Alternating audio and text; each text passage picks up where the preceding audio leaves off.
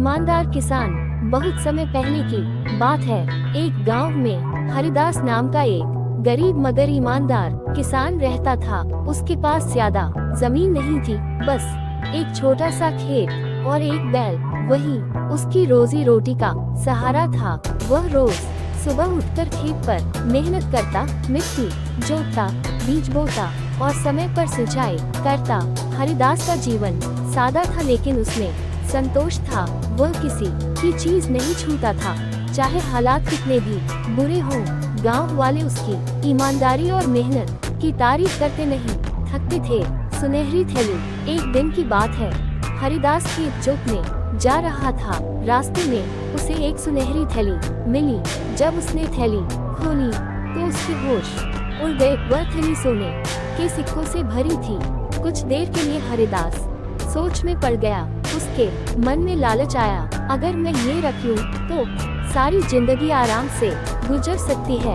लेकिन अगले ही पल उसकी अंतरात्मा ने कहा, ये तुम्हारे मेहनत की कमाई नहीं है। अगर मालिक ढूंढता हुआ आया और उसे न मिला तो क्या होगा? हरिदास ने ठान लिया कि वो थैली लौटाएगा। जमींदार की खुशी। वह गांव के मुखिया के पास गया और थैली दिखाए। मुखिया ने आसपास में पूछताछ शुरू की।